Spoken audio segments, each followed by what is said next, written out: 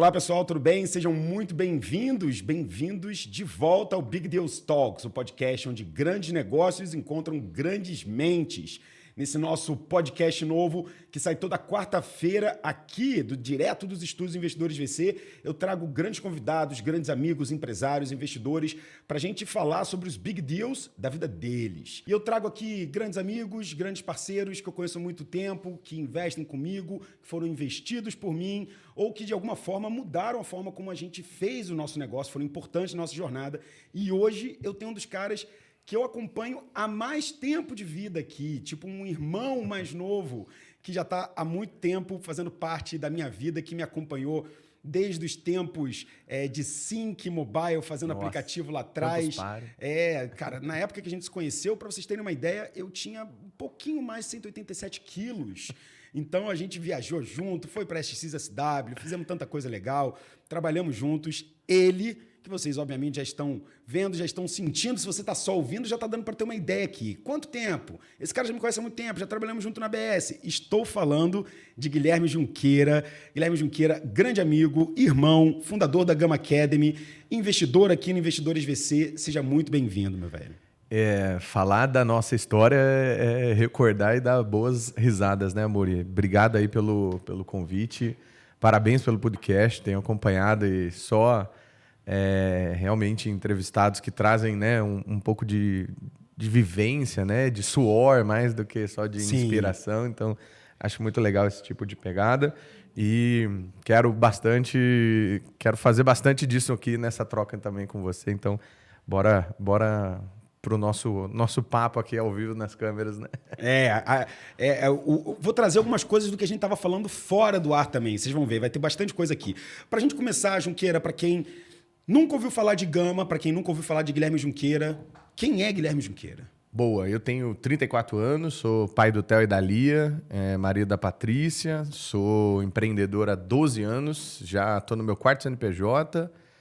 Um desses deu errado, os outros acabaram indo para caminhos diferentes, mas acabaram dando bastante certo. E meu último empreendimento, estou há 7 anos com a Gama Academy, uma escola de tecnologia que forma talentos para esse mundo digital, nas áreas de programação, design, marketing, produto, dados. Então, dessas áreas que de fato estão crescendo muito, a gente atua tanto com empresas quanto pessoas físicas, ajudando nesse processo de transformação digital e de carreira também. Muita gente que estuda na Gama está fazendo transição de carreira, então a gente ajuda de fato e transforma vidas através da educação e tecnologia. Então, um pouco do resumo aí do que a gente é e o que o Junqueira representa nesse mundo aí de educação e tecnologia. Uma das maiores empresas comprada pela Anima Educação, uma história do bootstrap ao exit, com todos os investidores pela jornada, desde o FFF até a rodada Anjo, até legal. O Seed, até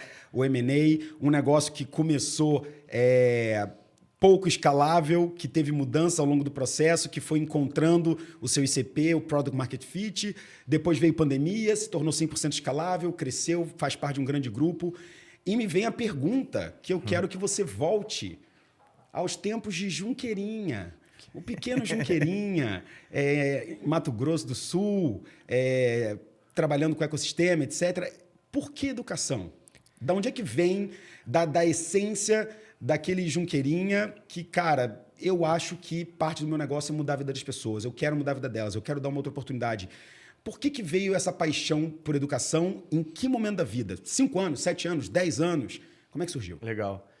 Eu acredito muito que a essência de empreendedores bem-sucedidos são aqueles que viveram o problema que ele resolve ou ele, de certa forma, foi impactado por isso. E eu sou um resultado da educação e do trabalho que ela pode impactar e transformar a vida de uma pessoa. Então, a educação transformou a minha vida, porque eu sou filho de mãe solteira que vendia revistinha de Avon, Natura, Hermes, sei lá.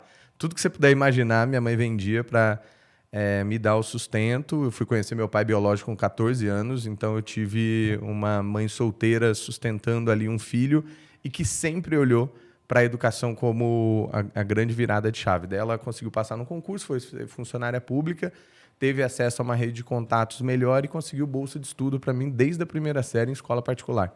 Então, eu estudei em escola particular e eu tive acesso a outras pessoas e outros contextos, muito porque foi uma crença muito forte da minha mãe de que educação muda a vida. Uhum. Lá para frente, quando eu estava já com meus 8 a 10 anos, comecei a ganhar pensão alimentícia do meu pai e ela usava 100% dessa pensão para pagar curso de inglês para mim.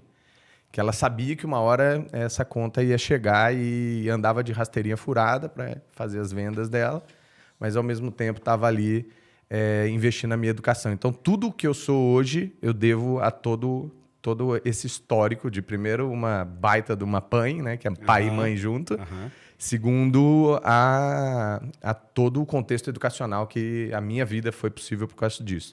Com 14 anos, eu, sem falar para ela, começo a trabalhar no Ceasa, carregando caixa de tomate, batata e tudo mais, que inclusive quem arrumou esse serviço foi o filho do dono da banca, que era da minha sala, numa escola particular.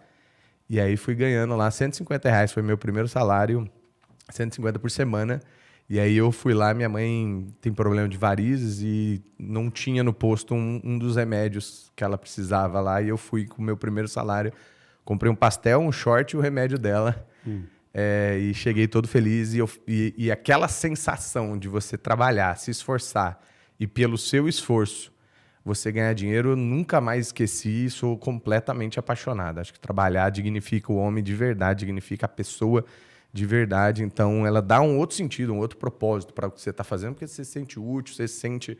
Né? E aí, quando vem aquela troca, né, da remuneração pelo seu esforço, pelo seu trabalho, a gente entende que o jogo da vida é principalmente uma trilha de valorização de tempo. Quanto melhor você entregar e mais ousado for as suas apostas nessas entregas, mais vai ser sua hora, pessoa e, obviamente, isso vai ser uma consequência do seu sucesso. Então, nasce aí a vontade de trabalhar com educação. Lógico que agora, olhando, né, como o Jobs sempre fala, olha para trás e conecta os pontos e aí você vai ver uma jornada sendo construída. Mas a ficha caiu, que seria educação, quando eu estava já na faculdade. Eu tinha uma professora e um professor que eram, assim, fora de série. E eu nunca fui aquele aluno, o hiper nerdão, mas eu nunca fiquei de recuperação, eu nunca precisei fazer tarefa, por exemplo, porque eu prestava muito atenção na sala e sempre fazia perguntas, sempre fui cara de pau e tal. E esses professores me incentivaram muito e um dia minha professora chegou e falou assim... Eu era aquela pessoa que chegava 30 minutos antes da apresentação de um trabalho, que eu estava no grupo, não fiz nada, só que me colocavam para apresentar. Me dava meia dúzia de contexto, eu ia lá e dava um show. E, às vezes, tinha gente que estava mais por dentro do projeto, mas não apresentava e não se comunicava tão bem, tirava nota melhor que o nosso. Então, eu era o coringa dos grupos, e os grupos queriam me ter mesmo sabendo que eu não ia fazer nada. Só que eu apresentava e dava um show. E aí, a minha professora chegou e falou assim, eu quero que você vá numa turma minha de psicologia, não, era de pedagogia, porque tem uma turma lá de quase 10 pessoas que vão se formar, vão apresentar TCC e está todo mundo travado. Preciso que você vá dar uma aula de oratória. Aí eu falei, mas o que é oratória, professor? Nem sabia o que era oratória. Porque eu puxei minha mãe, sou vendedor desde de criança. E aí, fui estudar diafragma, fazer fono, essas coisas para entender o poder da oratória dentro do dia a dia ali, de qualquer contexto, né? E aí dei uma aula. Cara, deu um mês, eu encontro uma senhorinha com, sei lá, mais de 50 anos, formando em pedagogia, o sonho da vida dela, a primeira pessoa da família que seria formada, o sonho dela era ser professora. E ela sabe dar aula, sabe falar e tudo mais, mas na hora do TCC ela travava e tudo mais. Ela falou assim, ó, eu quero te agradecer, porque se eu tenho esse diploma hoje é porque você me ajudou a passar, porque eu tenho certeza absoluta que eu não ia passar no TCC. Aquilo lá, na hora que você vê o impacto que você faz, de Sim. pouco conhecimento que você tem, mas que você transmite de uma forma didática, de uma forma prática e sincera, faz com que a vida das pessoas mude. E eu falei, eu quero fazer isso pro resto da vida. Aí, naquele dia, eu cravei. Eu vou dar aula à noite e ter uma empresa de dia, porque apaixonado por empreendedorismo eu já era. Então, eu já tinha um E, que era uma certeza na minha vida. Aí, eu achei o outro E, que era a educação. E aí, mais para frente com a Gama, eu achei o outro E, que é gerar emprego. Então, esses 3 E's, não tem nada que muda mais uma sociedade do que empreendedorismo, educação e emprego. Emprego muda a vida das pessoas de curto prazo. Você ressignifica. Sim. E emprego e renda ali estão muito conectados. Daqui a pouco a educação é o seu longo prazo, né? A caixinha que ninguém vai tirar de você, essa mochilinha. E empreendedorismo, você faz essa rodinha se retroalimentar, escalar e ter muito mais impacto, enfim. Então, acho que foi esse o segundo grande momento que a educação virou a minha chavinha. E aí o momento da descoberta efetiva foi quando tem um empreendedor, que é empreendedor Endeavor, que é meu conterrâneo de Campo Grande, Mato Grosso do Sul. Ele vendeu a empresa para o UOL, ficou milionário e tal, e aí, vou devolver agora, né? Vou participar das mentorias da Endeavor e tal. E me escolheu lá como mentorado, e eu também escolhi ele como mentor. E aí, no primeiro dia, ele foi fazer uma sessão de mentoria comigo, porque ele via muita vontade, mas pouco foco, né? Naquela época, você tá, nossa, ecossistema, startups, tenho várias ideias, estava tentando fazer um aplicativo, daí daqui a pouco mudava, estava querendo fazer um e-commerce. Aí ele chegou e falou, eu quero te ajudar a traçar esse caminho, e na época eu já estava como trainee na Ambev. Então, eu tinha já um caminho ali de carreira meio que determinado, mas eu também estava olhando inovação, tecnologias, lá. Então, eu estava nesse processo de escolha. Aí ele falou assim, primeira pergunta é como você quer morrer? Aí foi meio... Que pergunta é essa? Daí eu falei, cremado não, atropelado não... Afogado não? Dele, não, mané, não estou falando sobre isso. Eu estou falando sobre como que você quer ser lembrado. Qual que vai ser o seu legado? O que as pessoas vão falar quando seu caixão estiver descendo? Será que vai ter alguém lá? Será que você vai ser uma pessoa benquista? E aí aquilo dá um soco no estômago e na hora eu devolvi isso para ele. Eu falei, eu tive na faculdade algumas experiências educacionalmente, eu quero ser professor e eu quero também empreender. Então, ter uma empresa de dia e dar aula à noite é o meu grande sonho de vida, assim. Eu aposentaria fazendo isso. Só que não sabia o quê. E aí, na época, eu já tinha trabalhado com software. A Muri, inclusive, a gente se conheceu quando a gente estava nesse mundo de aplicativos, que só era mato, né? E aí estava empreendendo ali junto com vários amigos ali também, né, nessa indústria de software, né? Eu já tinha tido algumas experiências legais com isso e lá eu percebi que quando você pega um colaborador, coloca ele para parear, coloca ele para assistir algumas coisas assíncronas e depois faz a prática síncrona, você consegue também entregar um pouco de valor para ele do aspecto de desafio. Ó, toma aí, desenvolve. Daí você vê a soft skill da pessoa desenvolvendo.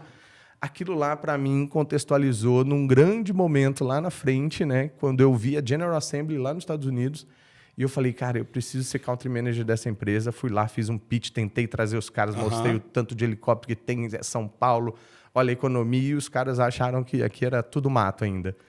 E que talvez em 2025 ou 2030 eles vão vir para cá. E aí eu falei, já que eu não vou ter a GA dos caras, né, General Assembly, não vou poder ser o country manager, eu vou criar minha própria GA, Gama Academy, baseada no soquinho, no hook e tudo mais, nessa transformação. Então é por isso que esses 3 grandes momentos marcam aí minha vida com a palavra educação. Eu quero voltar, e depois dessa pergunta eu vou pular de novo para a grama, mas o que ser filho de mãe solteira trouxe de bom e o que trouxe de trauma? Nossa, forte essa. Acho que de bom... E antes de você falar, até para você pensar, eu não sou filho de mãe solteira, mas minha mãe era solteira quando eu me dei por gente, né? Meu pai e minha mãe se separaram quando eu tinha, 2 anos, 1 e pouco. Então, eu vivi até os meus 6 anos de idade, a lembrança que eu tenho dos meus 3 ou 4, dos meus 3 aos 6, era isso, era de eu ficar com a vizinha, era da minha mãe chegar de noite cansada, mas se esforçar para ficar comigo e poder criar memórias. E aí, quando ela pergunta coisas de 3 anos de idade, eu lembro até hoje. Legal. Pequenos momentos que era eu e minha mãe, que era aquela coisa ali de eu estar sentindo que ela mesmo ferrada de estar trabalhando, etc., morando sozinha comigo, estava ali comigo e tal. E minha mãe provavelmente é minha grande mentora de vida. É a pessoa que mostra para mim cautela, mais ação, é a pessoa que não deixa as coisas passar, que tem disciplina, Sim. mas ao mesmo tempo que valoriza o tempo em família, etc. Eu me inspiro muito para ela em momentos que foram muito difíceis para mim, ela sempre estava lá. Então, voltando à pergunta, quais foram as coisas boas e quais foram os traumas que isso trouxe? Legal. Acho que de coisas boas é um reflexo muito forte que eu faço hoje na criação dos meus filhos, né? Eu tenho um menino de 5 e uma de 2 e eu fico refletindo como que eu posso ser esse pai que eu não tive, mas não entregando tudo que talvez estragasse quem eu me tornei.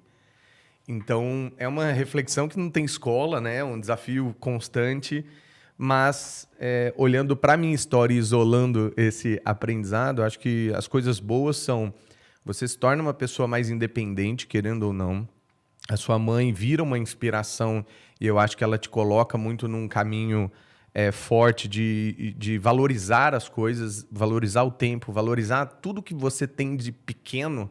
Sempre é muito exponencial, porque é diferente quando você vive na abundância, né? A escassez te ensina a ser mais forte, a ser mais resiliente. Eu acho que a casca que eu tenho hoje eu ganhei ali.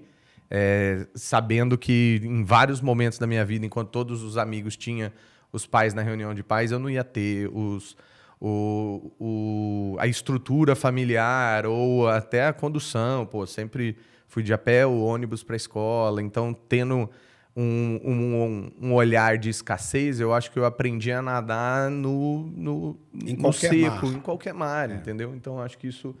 Mas não é só pelo fato da mãe solteira, né? A mãe solteira humilde. Sim. Então, tem esse lado. Talvez outras pessoas tiveram mãe solteira com outro tipo de realidade. Então, minha mãe, ela perdeu a mãe com 9 anos de idade e com 15 dias faltando para eu nascer, perdeu o pai. Putz, grilo.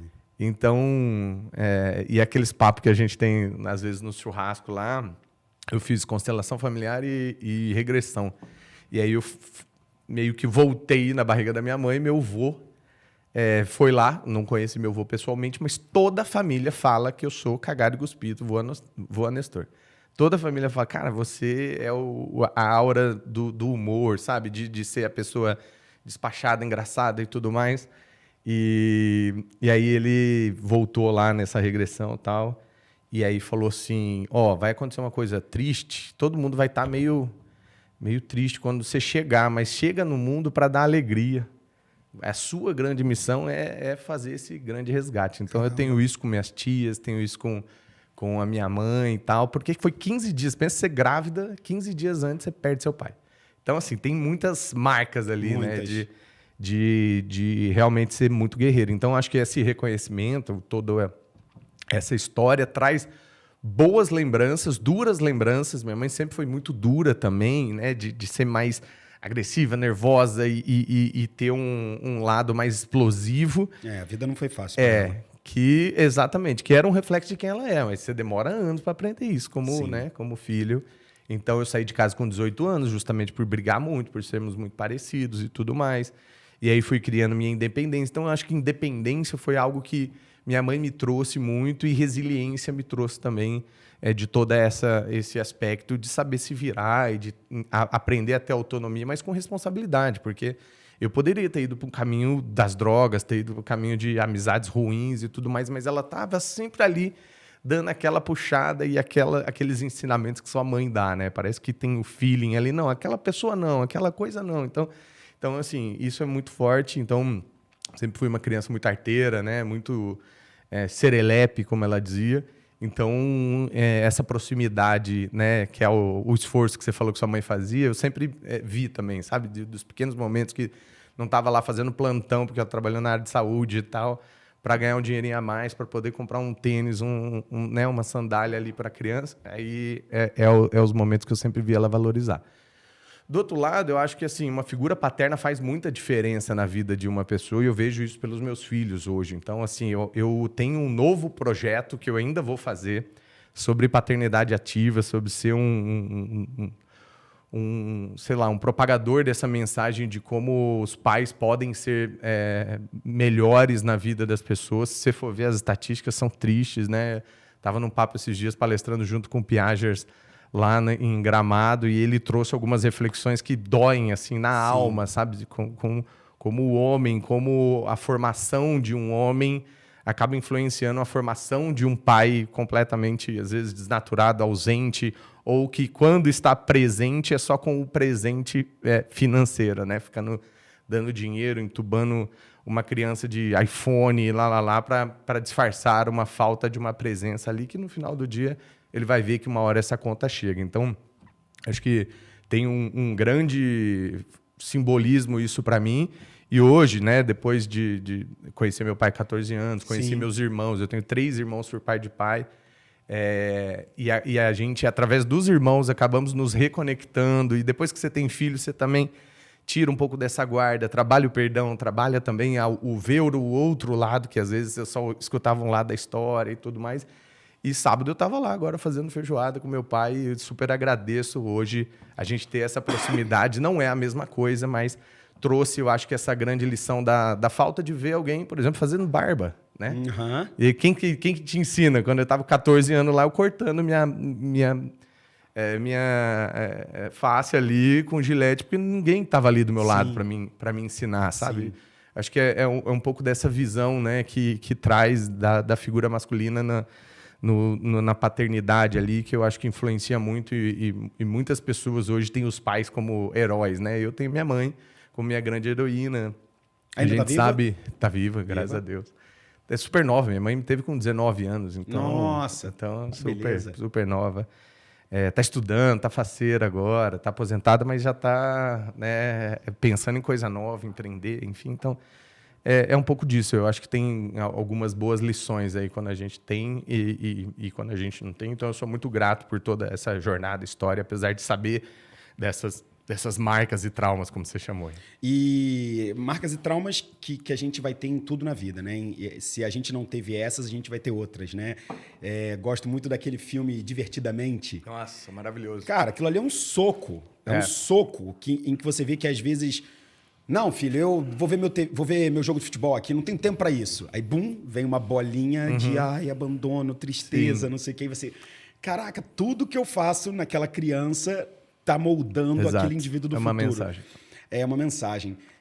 Você, de certa forma, foi o projeto da sua mãe de quebrar esse vínculo familiar que ela não conseguiu, talvez, ter. E ela falou, bicho, então você vai ter educação, você vai ter minha atenção, etc e tal. E você entregou isso para ela, né? Uma família com a esposa, 2 filhos, etc e tal. E sempre que eu falava com você, antes do Theo, te conheço bem antes do Theo, você falava exatamente isso. Cara, eu quero ter essa família, eu quero construir esse negócio. Isso, para mim, foi uma coisa bem marcante, assim, nessa construção do Junqueira. Tem um slide que eu falo durante a imersão, em que eu falo o que é a nossa tese. Aí eu falo lá, poxa, olha, tem que estar crescendo 10% mês a mês nos últimos 6 meses, tem que ter passado dessa receita, tem que blá, blá, blá, blá. E eu coloco um último slide depois disso, que é a foto de um bebê. E eu falo, eu trago isso aqui não porque isso aqui vai ter que entrar na sua tese, mas tem muita gente que fica na dúvida se empreendedores com filhos ou sem filhos, o que você escolhe, né? A gente é daquela época em que empreendedor tinha que ser um jovem dentro da garagem, trabalhando 24 horas por dia. E aí eu falo justamente o contrário. Eu falo, olha, eu tenho exemplos de empreendedores aqui que evoluíram muito depois que tiveram filhos, né? Então, você, o Elton, Matt Montenegro, etc., são exemplos dessas pessoas que se tornaram melhores fundadores depois que tiveram filhos, por toda essa reflexão que isso força, né? O tempo, a qualidade, o que eu tenho que fazer para dar certo, eu não tenho mais plano B e por aí vai. Então, cara, para mim essa história era muito importante, porque... igual você, igual a mim, igual a vários outros empreendedores, a gente está muito acostumado a comprar as notícias boas, mas eu gosto de ver quais são as formações, porque às vezes o que você fez pelaquela professora lá é a frase que eu botei entre aspas. Às vezes as pessoas só precisam acreditar. E quando a gente impacta a vida delas de algum jeito, eu também tenho essas respostas do tipo, cara, você nem vai lembrar, Muri, mas há 4 anos atrás você me falou um negócio pro meu business, eu mudei ele completamente, hoje a gente tá fazendo 50 milhões. Eu falo, caraca, bicho, olha que, isso é animal. Que transformação. Você falou para mim que você teve essa passagem pela Ambev que consolidou mais esse seu lado profissional, etc. Eu queria que você me explicasse, cara, quais foram as experiências, ou o que a Ambev trouxe de experiência para você. Porque eu lembro muito no começo da Gama que grande parte da nossa agressividade em vendas, de botar a barriga no balcão, de ter meta, etc., veio dessa escola Ambev. Você falava isso muito lá atrás. O que isso trouxe para você? O que a Ambev trouxe? Massa. Acho que teve várias contribuições ali profissionais e alavancas que talvez minhas experiências profissionais trouxeram. muito para identificar quais são os meus pontos fortes e pontos fracos. Eu chamo de Kryptonita e Red Bull, né? Kryptonita é o que eu chego perto e fico fraco, sensível e tudo mais. E Red Bull é o que me dá asas. Então, eu comecei a entender, já empreendendo ali no primeiro ano na Gama, 2016, que eu tinha que potencializar essas coisas que eu já fazia muito bem, comunicação, vendas, articulação, relacionamento, e eu tinha que trazer pessoas que me complementassem a atenção aos detalhes, a operação, a finanças e tudo mais, que são pontos que não são minha zona de conforto. Então, eu sempre tive isso e eu acho que a Ambev trouxe, primeiro, uma escola de gestão que o primeiro passo a passo, quando a gente ia, como eu fui trainee, eu passei em várias áreas, né? Mas a área que eu mais fiquei e me dediquei foi a área de vendas, AS, autosserviço, que era supermercados. Então, liderava uma mesa com vários vendedores que tinham o dobro da minha idade, em geral ali, na média, e que tinham que acreditar em uma promessa que não estava ainda validada, ou seja, também não tinha tanta experiência, mas através de muita humildade, muita conversa, escutativa, eu fui me aproximando e entendendo que no final do dia, quem ganha o jogo é quem ganha o jogo de pessoas. Independente da sua idade, independente da sua cidade, independente do seu contexto, independente da experiência, do quanto dinheiro você tem, se você quer ser uma pessoa bem-sucedida, você vai ter que lidar com um negócio chamado humano. Então, aquele momento eu falei assim, eu já entendi que tem uma pessoa aqui que é religiosa e eu tenho uma outra pessoa aqui que é solteiro universitário. Aí, a minha recompensa para cada um, lá na Ambev, você aprende muito a história da cenourinha, né? A cenourinha na frente, porra, é a sua motivação, a meta e tudo mais. E a cenourinha atrás é que você não anda, ela vem. Então, acelera, né? E aí, eu cheguei e falei assim, ó, a gente tem a super meta essa semana. Era uma meta de litragem, então a gente tinha que ter volume. E aí, eu trouxe a provocação, mas eu trouxe uma caixa de cerveja e uma cesta básica. Falei assim, ó, vocês escolhem quem bater aqui a meta, a super meta, vocês escolhem qual dos dois prêmios. Porque eu sabia que a cerveja não ia motivar o senhorzinho que era mais religioso, mas ia motivar o outro. Então, você tem que escolher o jeito certo. Então, ali foi uma grande escola, não só de gestão, que é o que eles conhecem, mas o negócio da Ambev falar que nosso negócio é gente, porque gente não dá para copiar. Fórmulas, às vezes, você até chega perto.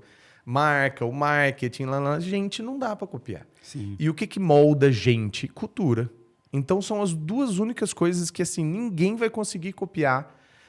Mesmo que tentar, pode ser falso, porque tem que ser um espelho dos seus valores, tem que ser um espelho do que você, como fundador, acredita. Então, existe um mapa ali do comportamento dos fundadores que tem que ter, pelo menos, um yin e yang ali nos colaboradores. Metade tem que parecer com um, metade tem que parecer com o outro, e assim sucessivamente, porque quando você junta, você tem um megazord, né? Você tem um que complementa cada parte ali dessa grande estrutura. Então, acho que aquele primeiro ano, assim, a gente tinha um grande desafio, que era, Amuri, Diamant, investe em mim. Não era nem na Gama, porque não tinha PowerPoint, eu não tinha validação, mas eu tinha uma grande tese de uma empresa que, 1 ano, 2 anos depois de começar a Gama, foi vendida por $490 milhões.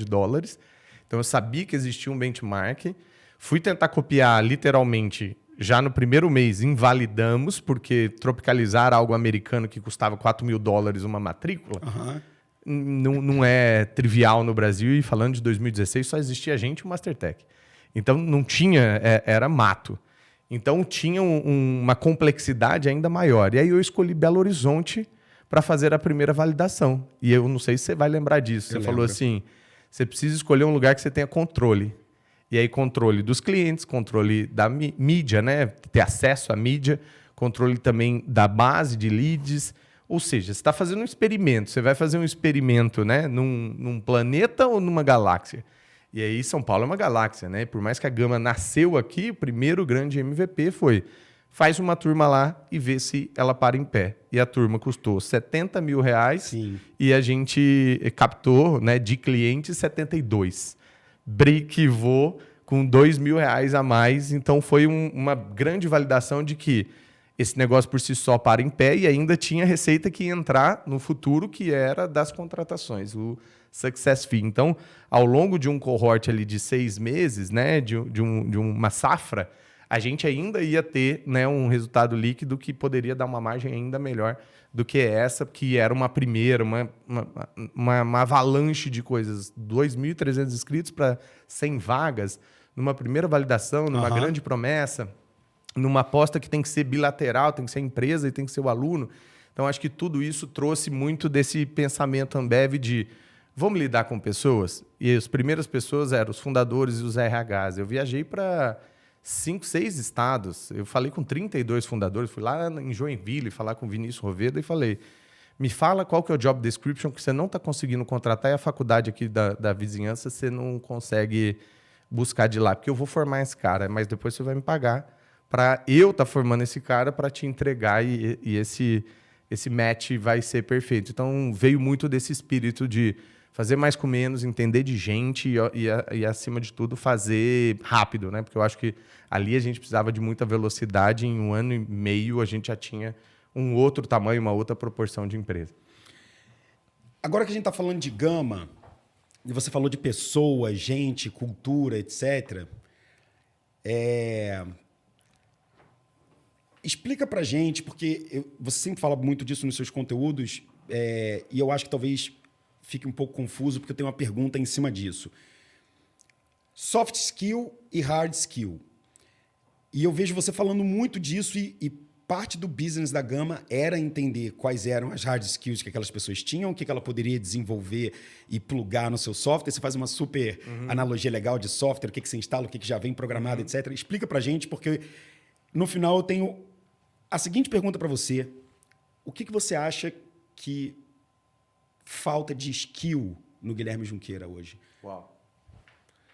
Primeiro, a analogia de hard skill e soft skill vem com um grande impacto estatístico, tá? 90% das demissões são causadas por soft skills ou falta de soft skills. Então, é algo que não é natural. O grande erro do sistema educacional brasileiro é não ensinar habilidades socioemocionais. Hoje até é falado em algumas escolas, a maioria particular, mas soft skills realmente de fazer a pessoa não é entender o que é trabalho em equipe, não é entender o que é empatia, é viver trabalho em equipe. É reagir ao trabalho em equipe, é ser frustrada num trabalho em equipe. Isso é trabalhar soft skill, não é ensinar aulinha de motivação. Vamos lá, como se motivar, é o motivo para uma ação, blá. Então, existe uma grande deficiência de ensino disso na base. Os pais também não sabem como trabalhar isso, então é um aspecto muito difícil. E o que você tem no mercado é hard skill. Ninguém acorda e fala assim, nossa, hoje eu vou fazer um baita de um curso de flexibilidade cognitiva. Não, mas você acorda querendo fazer Excel avançado. Photoshop. Você aprende hard skills, que são transformações de ferramenta ou aplicações de conceitos e métodos de um jeito que dá para ser ensinado e repetido. E esse é o conceito de hard skill que a gente conhece até hoje. A Gama é uma escola de hard skill na sua essência, porque é a isca que vende, é a isca que todo mundo quer, mas a gente entendeu que para ser diferente, para entregar o que o profissional precisa, mas não sabe o que quer, não sabe o que precisa, é a gente fazer o hard skill funcionar literalmente com o apoio da soft skill. Por isso que eu sempre falo que a máquina, né, o hardware, é um pouco do que a gente fala de hard skills, que ela é mais dura, ela é algo muito mais instalável, mas o soft skill é a atualização, que você tem que ficar lá nos seus aplicativos lá do seu celular atualizando aquele software, ou seja, algo que de fato ele vai precisar se moldar, então, conforme a situação. E aí, pegando um pouco dessas analogias, né, e trazendo para mim, eu acho que eu tive várias versões empreendedoras ao longo de toda a minha jornada. E eu sempre achei que a minha grande motivação, né, vinha de uma ordem dos 3Ds do empreendedor. Eu era uma pessoa, digamos assim, eu me apaixonei pelo desejo, que é o propósito. Então, era primeira coisa, né, essa paixão, educação, e aquele sonho mais romântico. Aí eu tinha, e sempre tive, determinação. E aí depois eu tive disciplina. Hoje, a minha ordem é completamente inversa. Eu preciso de disciplina para continuar tendo determinação e fazer coisas que, às vezes, a gente nem sabia que era capaz de fazer. E o desejo ele precisa estar ali, porque é o que no fim do dia fala: todos esses 80% das coisas chatas que eu faço é para conseguir ouvir as 20% das coisas maravilhosas que são transformacionais e que o mundo ainda precisa da gama. O dia que o mundo não precisar da gama, talvez esse D não faça mais sentido, mas esse desejo, essa paixão ainda faz. Então, acho que assim, é difícil, é sempre muito tortuoso, mas eu aprendi que essas outras coisas elas são momentâneas. E o que não pode faltar é o exercício constante do meu grande mantra de vida, né? Eu preciso ser resiliente pra caramba, eu preciso ter paciência para deixar as coisas acontecer nos momentos que elas vão acontecer e não me antecipar, como eu já fiz antes. E eu preciso de consistência, que é entregar sempre. E é isso. Aquelas pessoas que vencem são as pessoas que são muito mais da maratona do que da corrida de 100 metros. E eu já aprendi que esse é meu jogo. Esse é o jogo que ninguém vai acreditar e eu vou lá e vou fazer para mostrar. Ninguém vai querer, mas eu vou fazer e agora viro o case aqui como múltiplo no retorno dos investidores com a venda da Gama. Então, é aquele negócio de quanto mais você falar que eu não consigo, mais eu vou te provar que vai ser possível. E isso é um pouco do... sei lá, é uma engrenagem, um círculo vicioso ali que eu vi que esses underdogs, né, de mercado, eles são aquelas pessoas que daqui a pouco elas vão inspirar outras. E a gente dando aula lá no Fundadores VC, foi muito legal que chegou uns empreendedores e falou assim, ó, eu me inspiro muito na sua história, porque eu acho que eu também tive uma jornada muito forte. Você não topa ser investidor na nossa empresa. E assim, é aquele negócio tem que ser uma escolha, né? Investidor também é um namoro, então é aquele negócio da honra, né? Pô, já faço alguns investimentos, participo de alguns conselhos, mas ouvir isso do empreendedor, de que é pelo meu perfil, pelo quem eu sou, pelo que eu acredito, pelo que eu transpiro, isso é aquele reconhecimento de... eu falei que ia dar certo, sabe? Tem que ter paciência, tem que ter consistência e muita resiliência.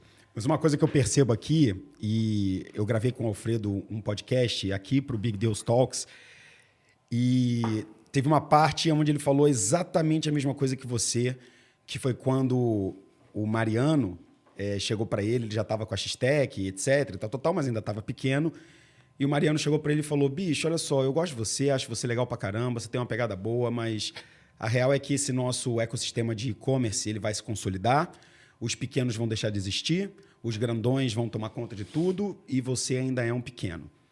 E o Alfredo ouviu aquilo e pensou, porra, cara, o cara é um gigante, eu sou um pequeno, não sei o que, total. Que banho de água fria, né? E aí ele falou, aquilo me deu raiva. Aquilo me deu uma raiva de querer mostrar para ele e falar, então agora você vestiu a camisa do time adversário. Porque você falou que eu vou acabar e que você vai continuar. E logo depois veio a compra, não da X-Tech, mas eles comprando loja integrada, não sei o quê, mostrando assim, estamos comprando seus competidores e o que eu falei eu vou continuar fazendo. Mas aquilo só deu mais combustível para ele falar, eu vou te incomodar até o fim. E aí você traz para mim de que você teve esse não, essa contestação, esse desafio. E eu tenho visto muito NBA por causa dos playoffs, etc. E, obviamente, todo mundo viu aquele The Last Chance, onde mostra muito isso. Tipo assim, Michael Jordan estava lá, não sei, quando você cutucava a competitividade dele, era quando ele ficava maluco. E aí a minha pergunta é exatamente essa, cara. Todo empreendedor tem que ser meio competitivo, porque a sensação que eu tenho é que a gente tem que ter, às vezes, um inimigo em comum, alguém ou algo para derrotar, para que isso dê a gente a raiva necessária para a gente querer agir. E, às vezes, quando a gente está naquela fase de tá tudo bem, etc., às vezes não tá tudo bem. A gente precisa de alguma coisa dizendo assim, você vai falhar e outro vai vencer. Para trazer essa competitividade e a gente ficar maluco. Isso é inerente ao empreendedor? Isso é uma característica de quem teve essa coisa de passar no modo raiz, tipo, minha mãe também, separada, não sei o quê, empreender com 16 anos, em Macaé, ter que se provar por mundo, como Alfredo teve Tijuca, tijucano, falava qual é irmão, não sei o quê, ninguém dava bola para ele, como Junqueira também, Mato Grosso, não sei o quê, a mãe trabalhando para bancar as coisas. Isso é uma característica de quem teve essa vida raiz? É uma característica de todo empreendedor? Tem que ser competitivo? É isso que faz a gente ficar maluco? Não sei, cara. Eu acho que deve ter alguma... associação com esse tipo de estigma de que se foi difícil até aqui, eu acho que a gente já sabe o que é o raso, sabe o que é o fundo do poço, tá ligado? Então, eu acho que todo mundo que tem esse mood, que não tem muito a perder, sabe? Cara, se der tudo errado, dane-se. Só que não é sempre assim emocionalmente. Assim, eu sei que eu posso construir qualquer coisa do zero com o meu esforço, com todo o talento, contatos agora, conexões, acesso ao mercado, acesso a investimento. Mas tem um lado emocional muito forte em toda essa jogada, que é o que a galera não fala. Então, eu acho que esse lado do querer se provar foi uma constante na vida. Então, eu tive uma época que eu fui fazer curso de social media em Campo Grande e para tentar achar uma vaga de emprego ali, e eu lembro do dono dessa agência cagar na minha cabeça, assim, tipo snob, sabe? Não, ó, você tem que ralar muito ainda para ter qualificação para entrar na minha agência. Anos se passam, o mundo é o mundo, né? E tudo que você faz, eu acho que volta para você. Então, eu sou muito... eu aceito muito isso como uma grande verdade, por isso trabalho muito esse altruísmo. E aí, tô lá organizando o BRAPS. Você vai lembrar, a gente levou o Luigi Baricelli para ser o mestre de cerimônia, você foi dar palestra e tal. Era o Congresso Nacional de Aplicativos, Brazilian Application Apps. Tony Celestino estava com o Leandro apresentando uma startup pet. Exatamente. Pedro Sorrentino foi lá também. Tinha o Pedro, estava na SandGrid, talvez, eu acho. Enfim, então, outros tempos, eu acho que é 2014 isso, eu estava lá como um organizador, junto com o Leopoldo e tal. E aí chega esse cara, é o mesmo cara que cagou completamente, tinha feito toda a minha jornada ecossistema, startups e tudo mais, e estava vendo que esse mundo de agência estava ficando para trás. E aí ele chega, tava lá aqueles gringos famosos na sala VIP e tudo mais, e ele olha e fala, pô, não sei se você vai lembrar de mim, mas eu sou daquela agência, assim, assim, assado, tal. Eu falei, não, lembro claramente de você, tal, pô, que legal, tal. Tô gostando muito do evento, parabéns. Eu falei, cara, você não quer entrar aqui no camarote, pô, na área VIP? Tem um monte de gente que trabalha na sua área, talvez você faça negócio aqui, deixa eu te apresentar. E aí, assim, o melhor jeito de você quebrar alguém que vai que não acredita em você, ou que cagou na sua cabeça, literalmente, ou te deu aquele não que você não esperava, e não por não ser justo, porque todo mundo pode receber um não, mas mais pela sensibilidade, né? Também tratar de uma maneira completamente diferente, tratar do jeito que você gostaria de ser tratado. E aquilo mudou tanto o jogo que hoje é uma pessoa que trata completamente distinto, entendeu? Então, acho que tem muito esse lado, Amor, de você ter uma característica de resiliência é uma característica base para profissionais que efetivamente vão saber lidar com frustração. E aí, quando você liga esse chip e esse sensor aranha, e eu sempre vejo que eu lido muito bem em situação de pressão, sabe? E aí, quando ativa isso, e você fala, não é todo mundo que consegue sobreviver neste momento, porque você tem sempre o vitimista que vai ali, eu sou o coitadinho, você tem sempre o salvador da pátria que vai querer abrir o colete e sair voando, o Superman, lá, e você tem sempre o acusador, aquela pessoa que é o caçador de culpados. Então, você tem que olhar que às vezes você vai estar em um momento ou outro emocional, mas é saber lidar como um tabuleiro, cara. Como olhar a vida que eu olho agora assim, porra, o acesso às pessoas que eu tenho e às vezes as comparações que eu faço, talvez é o que me frustre mais do que necessariamente olhar um jogo muito mais amplo de um mundo de 210 milhões de habitantes, onde 5% da população brasileira, mais ou menos 10 milhões de pessoas, ganham mais de 3 mil reais. Então, você olha uma desigualdade no país que agora você fica comparando você com A, com B. Cara, né? Vira e agradece a quem você é, quem você se tornou e tudo que você construiu. E aí, ao mesmo tempo, para de comparar o palco dos outros com os seus bastidores. Porque aquilo que você vê no Instagram não é realmente aquilo. A gente sabe, a gente se conecta com muitas pessoas que às vezes a gente fica se comparando, medindo com a régua dos outros. E isso é muito ruim. Então, ter acesso a essas pessoas... E eu estava num happy hour com um amigo que captou 270 milhões de dólares com a SoftBank e tal. E eu, porra, parabéns, cara, que foda, não sei o que lá. Eu tô aqui ralando, né? Era na época que tava captando o Cid ainda. Uhum.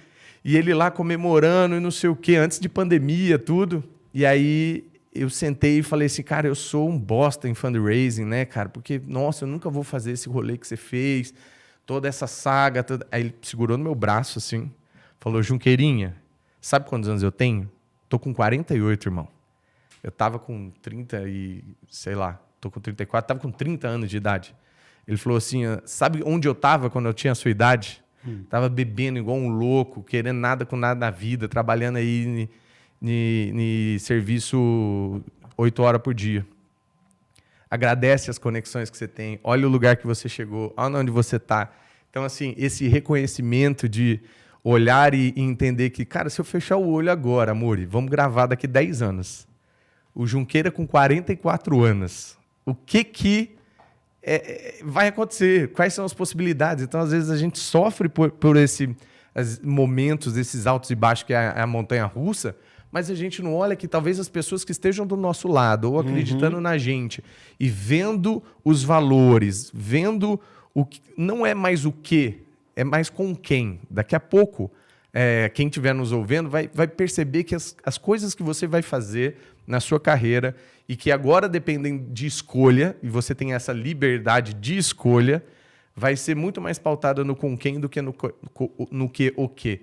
E aí você vai começar a escolher as pessoas que você se relaciona. Então, todo esse histórico que eu estou tendo com várias pessoas que eu gosto, admiro, pode uma hora virar e falar assim, ó, já estou cansado de fazer isso aqui. Você não topa fazer agora, Junqueiro? Porque você está com quarentinha. Então, assim, a vida está aí, sabe? O que não passa... Quer dizer, o que passa muito rápido é que, ao longo da história do meu filho, no ensino básico, ele vai ter 7 ou 8 apresentações de Dia dos Pais. Uhum. Se eu perder uma, eu já vou ter só 7 oportunidades. Se eu perder 2, você entende? Que é esse tipo de coisa que talvez a gente tenha que inverter um pouco esses valores, entender que essas abstrações da vida, elas sempre vão depender de uma coisa só que está ao seu controle. A gente está na Terra usando o nosso tempo 24 horas por dia para dar e receber amor, porque a gente quer ser amado, mas a gente também quer amar, porque senão vai faltar alguma coisa. E é o amor na sua amplitude, amor de filho, amor de pai, amor de esposa, esposo. E todos nós tememos e sabemos que é uma certeza a morte. Então, todo mundo tem uma data para ir embora. Sim. Se a gente não usar o tempo muito bem para dar e receber amor, depois você vai só lamentar. Não falei o que eu queria para o meu pai, ele morreu. Eu não fiz o que eu deveria fazer, eu demorei muito para ter filho, ou eu fiz minha carreira ser o meu filho. Porra, valeu a pena? Na hora do lei de morte, eu acho que essas reflexões devem bater muito forte. Eu não quero ter elas, eu quero ter plenitude de saber que eu vivi pra cacete, que eu fui um puta pai, um puta empreendedor, um puta ser humano que inspirei, deixei legado, escrevi livro, o cacete, para deixar para os outros ouvir e quem sabe eu fui um baita avô também. Então, quero muito ter essa consciência tranquila de que eu fiz o que eu precisava fazer, no momento que eu acertei, no momento que eu errei, e assim vai. Eu acho que você fez uma colocação perfeita e eu fui anotando várias coisas. Eu tenho, por inspiração de alguns anos atrás, do próprio Pedro Sorrentino e também do Renan Protector, 2 caras que avaliam muito essa questão do estoicismo, etc. E você falou, cara, a certeza da morte.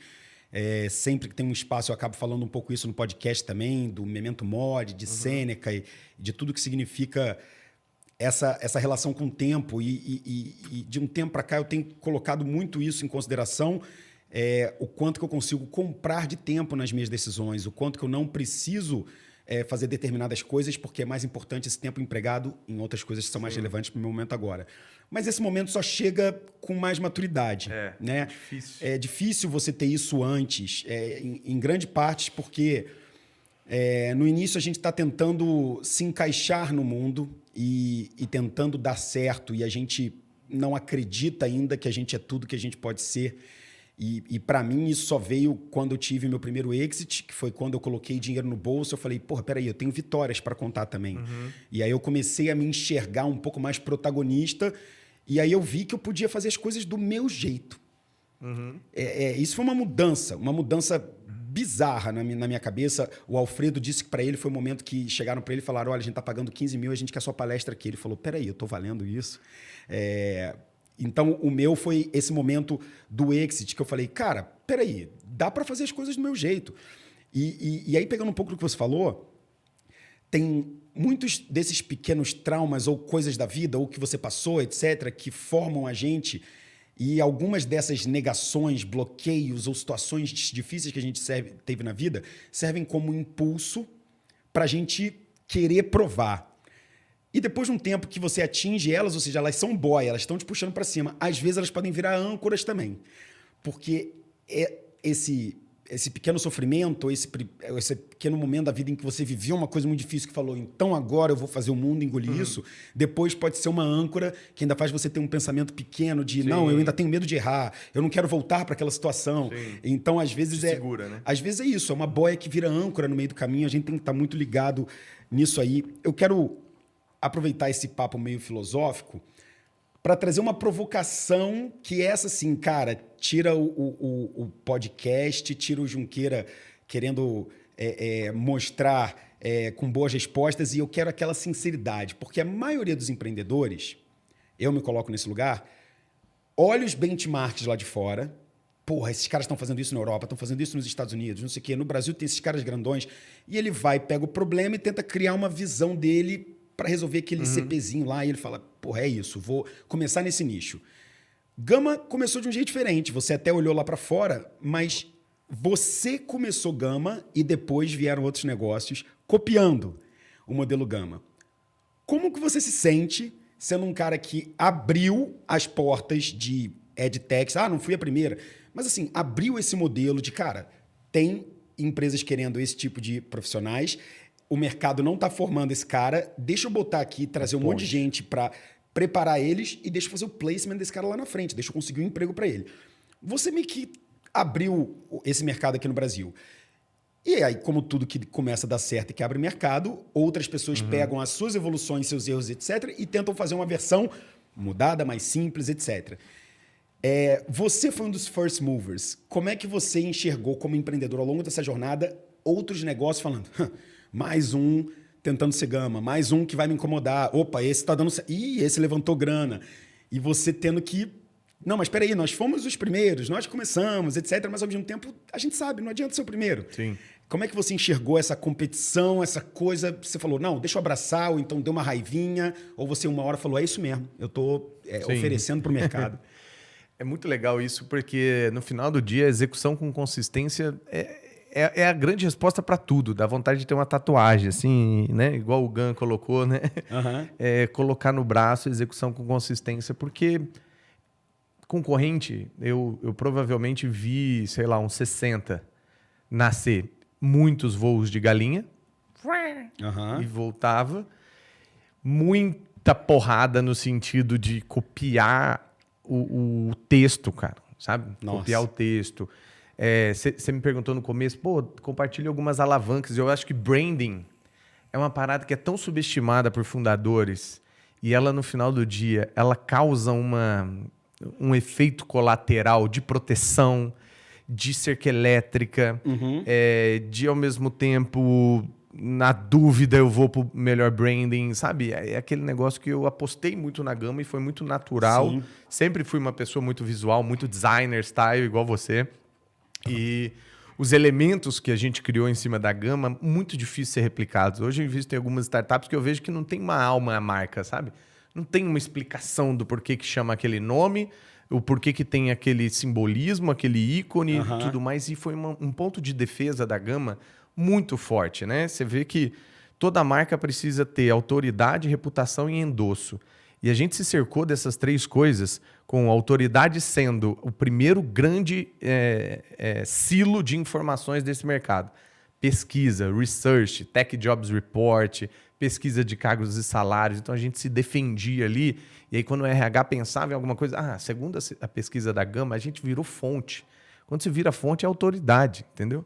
Segunda, reputação, a imprensa chamando, ligando. Temos uma sala de emprego aqui para falar dessa nova carreira chamada programador. Estava lá o Junqueira dando entrevista, lá. E terceiro, endosso, que é não só seus clientes alunos acreditando, dando depoimento, testemunho, mas empresas gigantes, grandes bancos, grandes empresas listadas, sei lá, das 100 maiores empresas, a gente deve atender ou já ter atendido 50% das empresas ali listadas e que tem ali um quê de transformação digital ou necessidade de tech. Então, isso é um motivo de orgulho. Quando eu me belisquei, falei, caramba, a gente tem contratos milionários com as maiores empresas do Brasil. Você fala, cacete, isso não é fácil de ser. Passar no compliance de uma empresa, com LGPD na cabeça, com uma necessidade de adaptação a vários contextos e vínculos educacionais mesmo, de diversidade, inclusão, ter professores preparados para atender e tudo mais. Então, acho que teve um jeito ali na história da Gama de que a marca nos blindou por muito tempo e a marca ela trouxe essa questão da reinvenção. Acho que na história da Gama a gente já sofreu muitos altos e baixos, já pivotamos, já fomos presencial, daí depois fomos para o híbrido, depois fomos para o full digital. A gente já foi plataforma, a gente já vendeu SaaS, a gente já entregou Success Fee. Então, assim, se tem um camaleão verde andando por aí, se chama Gama e ela tem a mesma força do Hulk, que é a história da marca, de ter a mãozinha. E você lembra muito disso, eu já disse várias vezes da gratidão que eu tenho, porque você criou o último H que faltava, né? Era Hustler, Hustler, Hipster e o Hacker. Aí eu tinha o Growth, né? Que é a pessoa de marketing. Aí o Amuri, um dia, dormindo lá em casa, falou assim, por que você não coloca o Hyper, que é o cara que faz o hype? E aí a gente criou os 4Hs do futuro, que defendeu a marca da Gama e alastrou esses 4Hs, que é programador, design, marketing, vendas, é a squad perfeita para você ter dentro de um time de tecnologia, só que faltava os soft skills e o dedão é transversal. E aí virou a história da mãozinha do Hulk, da transformação, que o Hulk é hard skill, o Bruce Banner é hard skill e o Hulk é soft skills, a resiliência ou a falta de inteligência emocional, por exemplo, que ele fica bravo pra cacete. E a hard skill é o que precisa ter. E aí os 4Hs, os soft skills. Então, elementos de marcas que foram contribuindo ao longo da história, que protegem a gente, ao passo que a gente não controla mais. Os alunos começaram a tirar foto com a mãozinha e colocar no LinkedIn, porque eles sabiam que se o RH olhar e falar, puta, tem a camisa verdinha, é alguém da Gama, alguém que tem um nível de formação muito bom, então já se destaca ao longo das outras pessoas. Então, sempre me preocupei com o concorrente, eu sempre soube lidar muito bem com eu acho que a conversa, ter acesso, nunca ser aquela pessoa que eu te odeio, porque eu sabia que em determinado momento eu podia comprar ou podia ser comprado. Então, eu já tive um fair play com todos os grandes que estavam aí, ou os que se tornaram durante muito tempo, mas eu também vi muito desses voos de galinha que eu acho que falta execução com consistência. Então, esse é um pouco do como lidar com concorrência. Não se desespere, fique atento, mas saiba que não dá para ficar sempre naquele play da arrogância de ficar olhando o retrovisor, porque às vezes o outro é muito melhor do que você em um determinado eixo, consegue escolher uma jornada ou um modelo de negócios que às vezes é o momento de você subir na prancha, você sobe depois, e aí a gente vai se adaptando. Então, eu acho que o grande juiz é o mercado. Então, você tem que estar muito atento e segurando no pulso do cliente, porque é o cliente que vai te dizer, não ele está indo para esse mercado, vamos também. Eu nunca fiz isso, mas eu sempre encarei com bons olhos o olhar de fair play, sabe? De estudar, analisar, chamar, conversar e até ensinar. Então, vários dos nossos concorrentes a gente já ajudou de alguma forma, principalmente, por exemplo, quando a gente deixou de fazer marketing vendas. E a gente falou, quem faz marketing vendas, chega aqui que eu vou te mandar os clientes que foram vindo, porque a gente quer focar 100% em tech, e deu certo que aí a gente alinhou na tese, e aí foram 16 NDAs, 4 term sheets e uma proposta de vendas de venda da Gama que a gente escolheu. Então, isso também é algo que é um pouco desse resultado dessa execução com consistência. Para todo mundo que está ouvindo aqui, seja investidor, empreendedor, etc., às vezes a gente não tem ideia da jornada completa. Gama foi comprada quando ela tinha mais ou menos uns 6 para 7 anos de operação, certo? 6 anos. E a gente sabe... 5 para 6, na 5 para 6. E a gente sabe que o ano antes disso, que foi o primeiro ano da pandemia, Gama conseguiu fazer uma virada muito rápida para o modelo digital e conseguiu crescer muito no primeiro ano de pandemia. Então, dá pra gente levar em consideração que você começou a sentir que o negócio ia dar certo do 4º por 5º ano.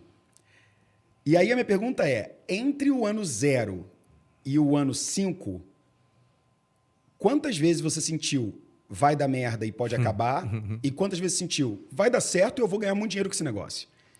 Esses dias eu estava conversando com a minha esposa como existe uma correlação na sua vida pessoal e na sua vida profissional. Talvez você não esteja vendo, mas a minha forma de ver foi quando eu tive meu primeiro filho, em 2017, a Gama praticamente quebrou. Praticamente. Separação societária, uma confusão de um sócio tentando trazer outra sócia, e aí eu meio que estava assim, minha vida pessoal maravilhosa, eu estou tendo meu filho, estou me realizando, e aqui um caos. Não, mas toca aí, vamos ver o que dá, e aí foi só uma sucessão de merda. E aí, putz, desligamento de metade da empresa, sabe aquele negócio de você fazer uma das coisas que é mais dolorida e, ao mesmo tempo, não fazer do jeito bem feito, porque eu fui mal assessorado naquele momento por essa consultora, não sei o quê. Então, assim, sabe aquele caos de um lado e a maravilha do outro? Sempre existiu essas correlações na minha vida. Então, era meio que yin yang aqui. Então, teve uma vez que esse fato é engraçado, você sabe quanto foi dolorido mais para frente ali, estava tentando captar, e juniorzão ainda em captações maiores com fundo, né? Uma coisa é você ter boas relações pessoais e a decisão ser, às vezes, de um próprio investidor, outra coisa é você ter institucional. E aí eu fiz várias conversas, um dos melhores fundos que investem em B2C estava mega interessado, o cheque era pequeno para eles, porque era a partir de 5 milhões, a gente estava tentando acomodar ali para também não ser muito diluído. E aí eu consegui um primeiro term sheet de um fundo que ia montar uma faculdade, e ele, de fato, colocou ali essa grana em dezembro, colocou esse term sheet em dezembro.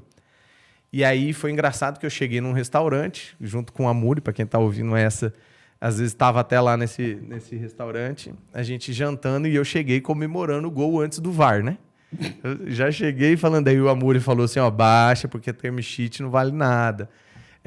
O que você tem que comemorar é quando o dinheiro estiver na conta, tá? Eu falei, porra, mas foi tão difícil, já passei por nananã, e para assinar o term sheet tinha que ser exclusivo. E aí eu tive que dar não para esse fundo, que era o que eu queria, e estava faltando ali uma acomodação só. E várias outras conversas em andamento, com outras temperaturas e tal, mas fiz aquele jogo amador de, fechei as portas e dei totalmente acesso para uma só das propostas, que começou a diligência, deu 3 meses, a gente terminou a diligência, tudo perfeito, fomos elogiados, inclusive, contábil, tributário, trabalhista, tudo. E aí o cara me liga num dia, eu lembro muito bem que eu estava na Marginal, indo subir a ponte estaiada, assim, ele me liga por telefone e falou assim, o investimento aqui na faculdade que a gente ia fazer foi um pouco maior do que a gente previu, vou precisar usar, era uma rodada de 3.900, 4 milhões de reais, vou precisar usar essa grana que a gente se comprometeu e aportar com vocês, mas quero dizer parabéns, porque vocês estão indo muito bem e tudo mais, eu aposto que não vai faltar investidor para fazer. E neste dia eu desliguei o telefone, entrei no aplicativo do banco da Gama, tinha 16 mil reais, na época a gente tinha uma folha somando todos os custos de 150 mil reais. E aí faltava 10 dias para isso acontecer. Uau. E aí eu cheguei em casa, eu não tinha, minha esposa já tinha ido dormir, eu chegava 9, 10 horas em casa com o Theo, só tinha o Theo na época. E aí eu lembro que eu fiquei na cozinha, sentei assim e comecei a chorar pra cacete. Daqui a pouco eu meio que deitei e abracei as pernas, assim, sabe? Como se estivesse tentando voltar pra barriga da minha mãe, sabe? E aí eu fiquei meio que fora do ar, 2 dias, assim.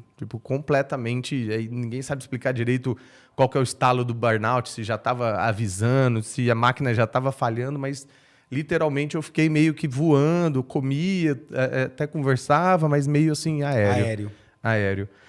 Até eu ter que ir no escritório. Na época a Rosi estava liderando ali todas as equipes de operações, CEO da Gama e tal. Aí eu cheguei e contei para todo mundo, a gente não tem nem dinheiro, falta 8 dias ali para a gente sobreviver e tudo mais, e não vai ter, essa captação deu ruim, não vou voltar lá com o fundo agora, tal, não sei nem como me dedicar.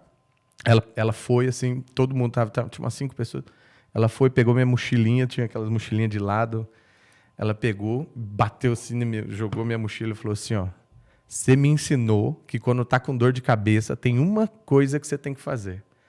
Tá com dor de cabeça, vende que passa. Vai fazer o que você faz de melhor, vai vender. E aí eu, tipo, desacreditado, não sei o que lá, não sabia nem o que fazer, levantei, fiz umas 5 ligações e fui super transparente em algumas delas ali, consegui uns acessos, consegui vender 500 mil em 5 dias. Uau. Já tinha um contrato, tinha, obviamente, um tempo ali para receber. Liguei para os investidores e falei, ó, vocês são parceiros, bota essa grana aqui como um mútuo, mas baseado nesse contrato aqui, como se fosse uma antecipação de recebível e tal, que eu vou mostrar para vocês como que vai ser a gama B2B agora também, porque antes a gente só fazia B2C. Isso, e aí foi um grande contrato de uma empresa de tecnologia B2B que meio que salvou a gente naquele momento. E depois a gente nem olhou mais para investimento, só cresceu, 50-50 receita B2B, B2C quando chegou. E aí vem a rodada de 4 milhões em janeiro de 2020. Em março, todo mundo, né, é abalado ali pelo Covid. E a gente estava com 2 sedes, já 2 operações em 2 cidades, com um plano de chegar até o final do ano em 10 cidades. Dá um Ctrl Z, inverte todos os planos, vamos todo mundo full digital, e aí vira a chavinha completa. E aí a gente cresce 300% num ano de extrema resiliência, mas que é Deus, né? Eu sempre falo que parece coincidência, mas não existe coincidência. Ter captado antes de vir essa crise manteve a gama viva. Sim, animal. Eu conheço essa história, uso como exemplo, e é uma história, fiquei até emocionado você contando, porque esse episódio da Rosi, botando você para vender, para mim é icônico, e é a solução que geralmente é o exemplo que eu dou quando eu vejo aqueles empreendedores, então a gente está com uma rodada aberta, porque aí a gente fica sem grana em 2 meses e meio que está tudo dando errado, mas a gente precisa do dinheiro, senão a gente vai acabar. E aí eu venho e falo, bicho, eu aprendi um negócio com o Junqueira, igual você falou, que é o seguinte, você está com dor de cabeça, vende que passa. E para mim, esse é o motor. Nessa hora, tecnologia vira vendedor, atendimento vira vendedor, suporte vira vendedor, e todo mundo entra na guerra para vencer aquilo ali, porque ninguém vai ajudar a gente. Principalmente nas horas ruins, depende só da gente mesmo. E essas são as histórias que você falou dos ups and downs, né? Quando você está lá embaixo, sobe de novo, e aí a volta, a subida, parece que é merecida, né? Porque você viveu aquele caos. Veio o exit, Gama comprada por Anima. Para onde está indo esse mercado nos próximos 5, 10 anos e para onde está indo Gama nesse mercado de 5, 10 anos? Agora falando um pouquinho de futuro. Legal. Eu acho que assim, o futuro da educação ela é de personalização em escala. Então, entregar qualidade já era uma premissa básica. Entregar diferenciação e agilidade foi uma das coisas que EdTechs trouxeram e chocaram ali o mundo, principalmente daqueles que são high ticket, só que com alta demanda de mercado. Então, você tinha um deslocamento, por exemplo, medicina versus médico, maior LTV do mundo, ou seja, maior ticket, com menos churn possível, com menos rescisão ali de contratos, né? Que é o mundo da medicina, então é o mundo creme da educação, sabe? Então, de fato, ali foi o primeiro grande precursor aí nos últimos 4 anos. E agora é o mundo de tecnologia. Então, o mundo de tecnologia tem uma oferta e uma demanda completamente desbalanceada, que low-code, no-code, inteligência artificial vai ajudar a diminuir um pouco dessa necessidade, mas não vai cessar essa necessidade. Então, players que tiverem atuando com essa personalização em escala e fazer retroalimentação dessa máquina que se chama educação, ou seja, eu trago um aluno e depois eu tenho que trazer a empresa para poder empregá-lo, mas aí a empresa precisa também de uma entrega de valor que está difícil para ela mesmo contratar e reter, então eu posso também ter essa entrega de valor de squads e aí eu posso puxar essa... É um loop infinito, que quando você faz é mais do que um flywheel. Então, a Gama tendo todo o expertise B2B, tendo expertise B2C e somando conexões dentro de um ecossistema muito forte, pungente, que vai bater 400 mil alunos agora. Marcas como a Anhembi Morumbi, São Judas, UniBH, Unisul, 25 estados. Então, já tem capilaridade. Você tem um rethinking muito grande do porquê a lógica presencial ainda faz sentido, visto que a educação online explodiu na pandemia, sim, mas a gente viu que tinha muitos gaps em relação ao próprio comportamento do aluno, ao que a necessidade do presencial e do contato físico existe. Então, a gente reformula isso e tenta transformar neste presencial o novo premium, que é o tal de você tá ali para interagir, você tá ali para fazer conexões, você tá ali para co-criar junto e não para assistir uma aula. E isso é um pouco do rethinking que a gente está fazendo e pensando e tendo a abertura da Ânima para poder construir esse futuro de tecnologia como uma grande vertical mesmo do grupo, que agrega ali vários planos e sonhos que eram antes separados, né, B2B e B2C, num grande conjunto de matriz ali que se retroalimenta, onde a gente traz empresas que precisam, podem dar esse emprego, mas também tem uma forte vocação e uma obrigação cada vez maior pela pauta de ESG, né, de impactar o social e de descer para o play e ajudar a formar as pessoas como uma Employer University, que é uma grande tendência em Nova York, em Londres. Várias empresas já entenderam que elas precisam ser a fonte formadora também para poder depois beber água na fonte e depois também colocar os seus colaboradores para continuar aprendendo, porque esse reskilling, esse upskilling já é meio básico. Assim, as empresas estão fazendo transformação digital há 10 anos. Então, uma hora essa transformação tem que ser de futuro transformado para passado já, né, realizado. Então, a gente tem que acelerar esses processos. E o Brasil sempre foi muito competitivo do ponto de vista de investimento, mas pouco competitivo do ponto de vista de resultado. Então, o Brasil investe muito, são bilhões de investimento em tecnologia, em inovação, mas você vê pouca patente, você vê pouca conexão com a academia, você vê pouca formação de pessoas com excelente base de engenharia, de software e de entrega de valor em relação a carreiras ascendentes, como ciência de dados e tudo mais. Então, esse é o futuro que espera. Então, eu acho que assim, os cenas dos próximos capítulos, eu gosto muito de falar que a gente estava até o M&A em 10 minutos de 2 tempos de 45. Agora a gente está no 20 minutos de 2 tempos de 45, então tem muita janela aí para a gente seguir, muito plano para construir, muito sininho para bater. Então, tem bastante coisa aí que, né? Long short story, sucesso vem da noite pro dia em 10 anos, então eu estou no 7 ainda. Então, vamos continuar aí essa jornada linda que eu acho que um dia vai ser contada aí em mais detalhes. Maneiro. E cara, a gente está chegando no nosso finalmente aqui, para todo mundo que está acompanhando a gente no Big Deals Talks, esse podcast em que a gente traz um pouco mais de profundidade para entender um pouco dessa história, da formação, quais são os incentivos, o que passa na cabeça, quais são as preocupações, quais são as dores, quais foram os momentos, não só big deals da vida, mas também os worst deals da vida, exato, né? E eu acho que esse dia do term sheet que caiu, eu acho que provavelmente foi um dos seus worst days, né? Worst deals, talvez. Mas a minha última pergunta, ela é pautada em cima do que você falou lá na frente. Quando o Junqueira tiver 44 anos e não sei o quê, tal. Mas eu não vou falar assim, o que vai ser o Junqueira, não sei o quê. Não, eu quero extrair suco do seu cérebro agora, que essa é difícil. O que o Junqueira de 10 anos para frente falaria para você hoje? Putz. Caraca. Porque esse é um exercício de o que eu quero que o Junqueira de 10 anos seja, com a maturidade lá e com as coisas que ele conquistou, para me falar para agora. Ou seja, é um exercício de projeção sua.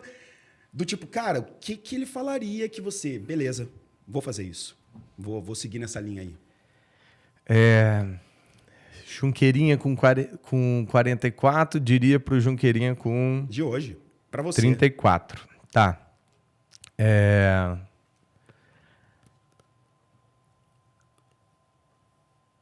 Acho que o principal é o tamanho do seu sonho vai ser proporcional ao tamanho da escalada que você vai ter que fazer. Não pense que vai ser diferente. Então, regula um pouco a expectativa, porque você vai regular um pouco o desafio. Porque a gente acha que em determinado momento, quando a gente começa a crescer, vai ser mais fácil. E, na real, na escalada da montanha, o ar vira rarefeito. Sim. Então, Junqueira, aprende que vai ser mais difícil, mas é o game que você escolheu jogar. Se você não estiver disposto, sai dele agora. E vai fazer uma coisa meio que para deixar uma marca para meia dúzia de pessoas. Mas você quer deixar uma marca para 6 milhões de pessoas? Continua subindo, que o ar é rarefeito, mas você está bem preparado, bem assessorado. E se você cair, vai ter uma corda pendurada ali para te segurar e vai ter esse Monte Everest aí que é difícil, mas você está chegando só no Base Camp ainda. Então, bora continuar.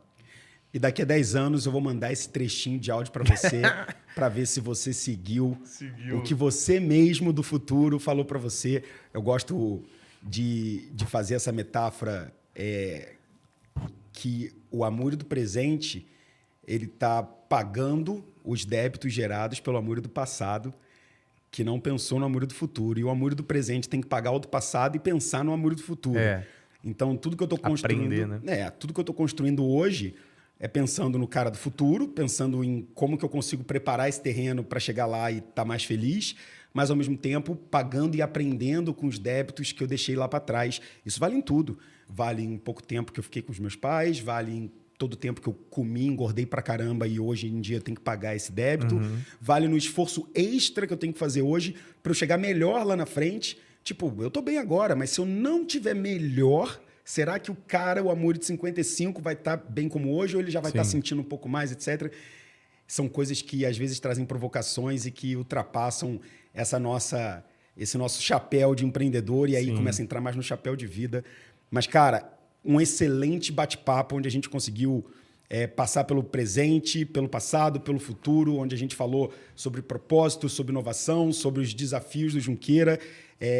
Eu queria agradecer e queria que você desse palavra final, um abraço para todo mundo, como é que a gente faz para te achar, o que o pessoal deve seguir, o que o pessoal espera. Agora o microfone é seu para encerrar o nosso podcast. Primeiro eu tenho que falar que você é o melhor investidor anjo do Brasil e ponto. E quem quiser contestar, vem aqui que eu vou dar a agenda. Eu tenho a minha agenda compartilhada com você, né, nos invites que a gente estava junto ao longo de 7 anos. Então, eu sei exatamente se a gente pegar uma matriz e colocar essa montanha-russa da Gama onde você estava, sabe? Sendo a pessoa que está lá na hora do closing, né, tirando fotinha, postando, mas na hora do shit happens, você também sempre estava lá e às vezes até dedicando o tempo que você tinha para ficar com a minha equipe, pensando em produto, porque você é um gênio de produto, já te disse isso, não preciso ficar puxando o saco.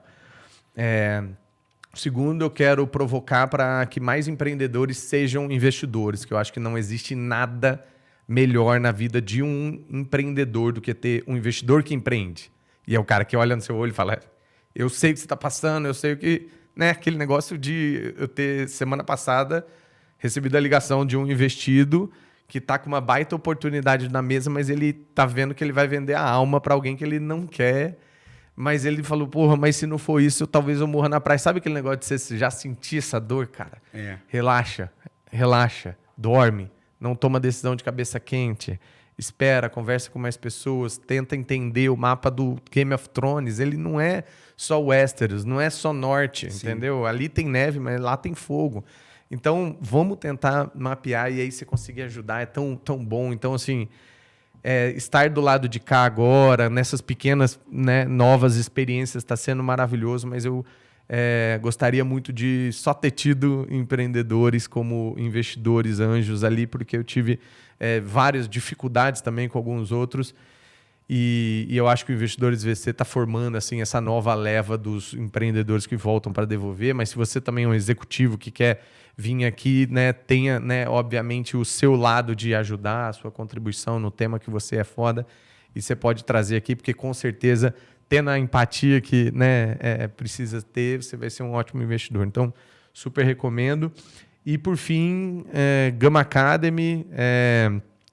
e Guilherme Junqueira, Gui Junqueira no Instagram e Gama Academy no Instagram. Nos sigam lá, nos prestigiem, nos ajudem, compartilhem esses conteúdos. Eu sempre sou bem provocador e mais bem-humorado na minha rede social, então Quero muito ter outras pessoas aí que também acreditam nesses valores, né, de pessoas, de família, de trabalho, de estudo, de educação, empreendedorismo. Então, cola lá que a gente vai falar desses 3 E's aí que movem o mundo. Muito obrigado, meu caro. Vocês acompanharam aqui um papo entre 2 grandes amigos, empreendedores, filósofos, homens de família, estoicistas, churrasqueiros. Existe uma competição de churrasco aqui, hein? Minha picanha invertida ainda ganha. Não ganha. Não ganha. Não ganha. Vamos fazer um canal de receitas ainda. Eu já falei pro Amuri que a gente tem que começar a fazer umas paradas sem ser de business. E essa aí é uma das que eu quero fazer bastante com o Amuri. Você acompanhou de perto isso tudo com a gente e se você gostou, você já sabe, não deixa de compartilhar, de marcar a gente, de comentar. O Big Deals Talks acontece toda quarta-feira. A gente sempre traz um convidado aqui para trazer essa profundidade, para a gente conhecer um pouco das histórias. Eu tenho certeza que, como eu, você ficou emocionado ao longo do papo. Vai ter corte pra caramba isso aqui, tá? Tipo, tem Junqueira emocionado, coitado teve do tudo. editor. O editor vai ter trabalho aqui. Então, posta, marca a gente, @investidoresvc, @Muripinho. Não esquece também de marcar Gui Junqueira, Gama Academy. Entra lá nas redes, segue esse bruto aqui, esse empreendedor brutal que está aqui comigo. Um grande amigo. Espero que vocês gostem desse podcast. E lembrando, toda sexta-feira também tem Big Deals. Mas aí não é o Talks, é o Big Deals, onde a gente traz todo o resumo dos deals que aconteceram no Venture Capital brasileiro. Muito obrigado, um forte abraço, até o próximo episódio. A gente se encontra por aqui. Tchau, tchau.